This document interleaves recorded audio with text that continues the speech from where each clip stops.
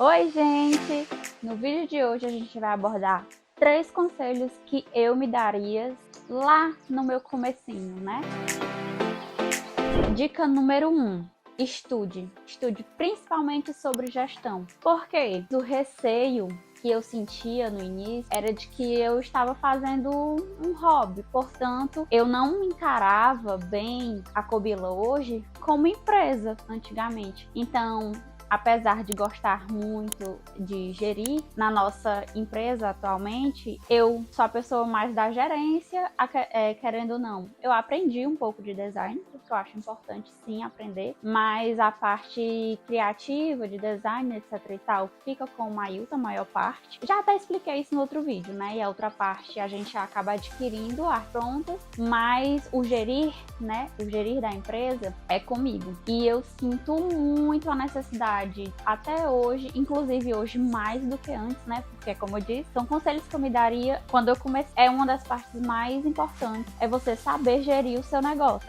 Não ter aquela sensação de que é só um hobby, que é uma lojinha, né? A gente tem essa mania de diminuir o nosso negócio, de diminuir o que a gente está fazendo como se fosse algo que não fosse, né, de valor agregado. Porém, é sim, e é um dos motivos que eu fico mais, talvez, arrependida é não ter começado a ter virado essa chavinha antes, sabe? Que nós precisamos sim entender sobre gestão, sobre capital de giro, sobre lucro, sobre salário. A gente precisa sim ter esse conhecimento e não achar justamente que a gente tá fazendo algo muito avulso, sabe? Que a gente realmente tá sim tentando gerir uma empresa e que o conhecimento em relação à gestão, eu acredito que seja até mais importante do que criar produto, vamos dizer assim. São duas partes totalmente diferentes do seu negócio se você trabalha com papelaria, né? Papelaria criativa principalmente, que no caso, geralmente você vai, né,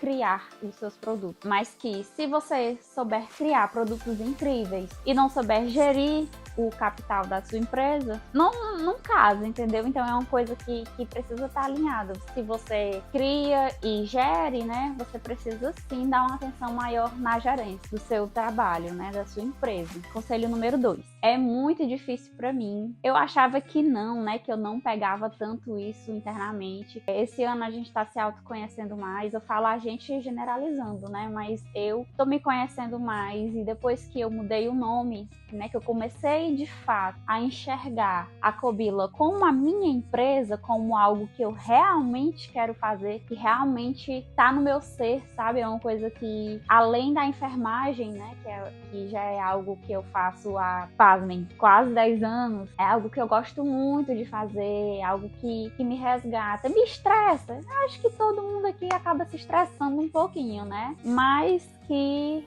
é algo que, quando eu vejo meu produtinho pronto, eu fico morta de orgulhosa. Eu acredito que isso acontece com todo mundo. Só que, ao passo que a gente fica orgulhosa das nossas criações, né, do produto pronto em si, seja uma criação totalmente sua do zero, ou seja realmente uma aquisição de um arquivo, mas que você fez, com as suas mãozinhas que fizeram, quando ela fica pronta, você dá até aquela peninha de entregar para o seu cliente, né? Ai, fui eu que fiz, tá tão lindo, né? Mas bate aquela insegurança.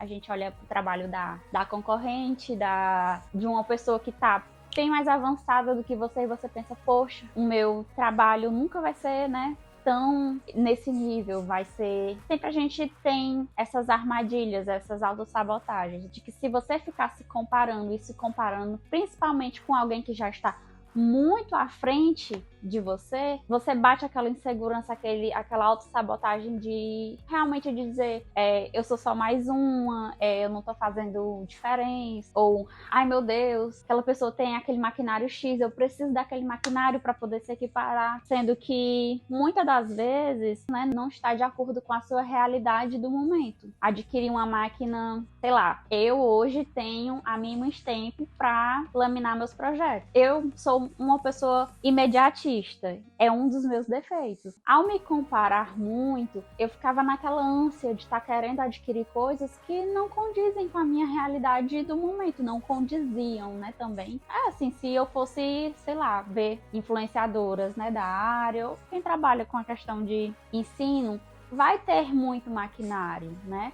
e vai ter maquinários profissionais e que no meu momento pode ser que eu não precise, mas por ver, por se influenciar, por se comparar, eu vou querer comprar uma termolaminadora que custa 3.600, aquela termolaminadora da Lassane T360, alguma coisa assim. Ai meu Deus, eu preciso porque a fulana de tal tem. Não, entendeu? Você precisa entender o momento do seu negócio, o que é viável para você ter. Admirar é diferente de se comparar e é diferente de copiar. Se eu admiro muito e vejo que em algum momento aquele maquinário ou aquela forma de se lidar com o público, com os produtos, condizem comigo, eu posso me inspirar, eu posso pensar que é parecido, mas copiar ou me sentir rebaixada por não estar no mesmo nível, não faz bem para a saúde mental de ninguém. Comparações não fazem bem, a não ser que sejam comparações de você. Você tem que sempre ter 1% melhor do que você mesmo. Você sempre tem que se superar e não superar a colega porque, enfim, cada um tem a sua régua. É uma coisa que no autoconhecimento e para pequena empresária, às vezes um pouco insegura, sem saber se realmente aquilo ali é para você ou não, acaba que vai esmurecendo, mas não esmureça. A chave é não se comparar. E se não te faz bem ficar acompanhando, não acompanha. É básico, né? É o simples, é o óbvio que precisa ser dito, porque de fato a gente fica naquela obsessão de superar, de ser igual, de ser acima. E não faz bem, né? Não faz bem. O meu terceiro e último conselho esse não é muito bem para mim, né? Esses são coisas que me foram acontecendo. Eu não sou aquela pessoa de querer tudo de mão beijada. Então eu digo, não queira tudo de mão beijada. Por que eu tô falando isso? Quando a gente começa, é muito comum a gente entrar em grupos, seu nicho lá do seu produto que você tá vendendo, bate a foto do produto assim, quanto tu cobra por esse produto? A outra pessoa vai dizer, eu cobro X. Aí você vai dizer, se a fulana cobra X, eu vou cobrar X. Sendo que, vamos lá, nesses grupos de WhatsApp aí que tá o Brasil inteiro inserido.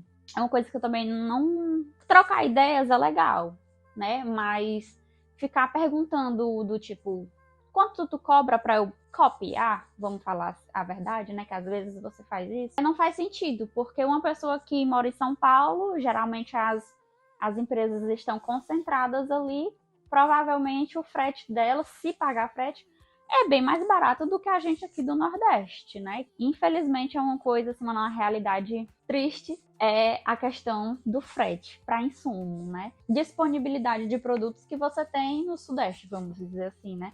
Você tem uma gama muito maior. Então, se eu tenho um fornecedor de São Paulo que tem, né, o produto que eu quero revender aqui, ou é uma peça do meu projeto, eu pago um frete. E volta até para a primeira, né? Tipo, em questão de gestão, eu tenho que contabilizar o frete no meu produto, porque foi um custo.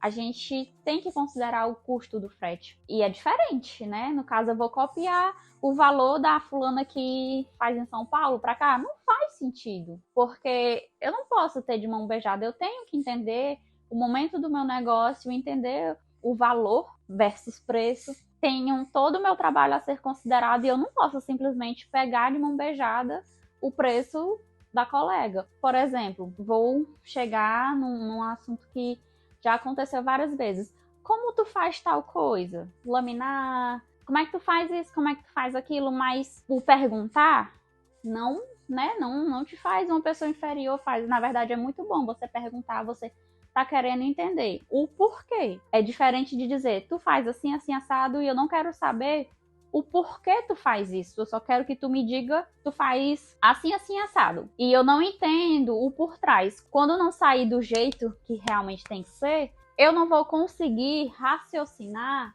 e dizer, não, se faz desse jeito por conta disso. Eu simplesmente sei que é feito. E eu não sei o porquê é feito. Porque eu simplesmente fiz de mão beijada. Então a gente tem que ter esse feeling, essa questão de não querer as coisas de mão beijada, né? Vai na questão de conhecimento, de perguntar, mas perguntar o porquê, de entender que eu tenho o meu jeito, você tem o seu jeito de fazer, mas que se determinado o momento não sair exatamente como eu pensava que seria, eu sei consertar, eu sei o mínimo que a minha impressora funciona, eu sei que determinado papel com determinada impressora vai dar X qualidade, eu sei uma configuração de impressão que, se bater aqui, eu consigo diferenciar. É totalmente diferente de eu chegar lá no Instagram, vamos dizer assim, em alguma rede social, copiar a configuração de uma pessoa e jogar aqui na minha impressora, sendo que não é o mesmo modelo, sendo que talvez nem seja o mesmo de tinta, né, que eu vou precisar alterar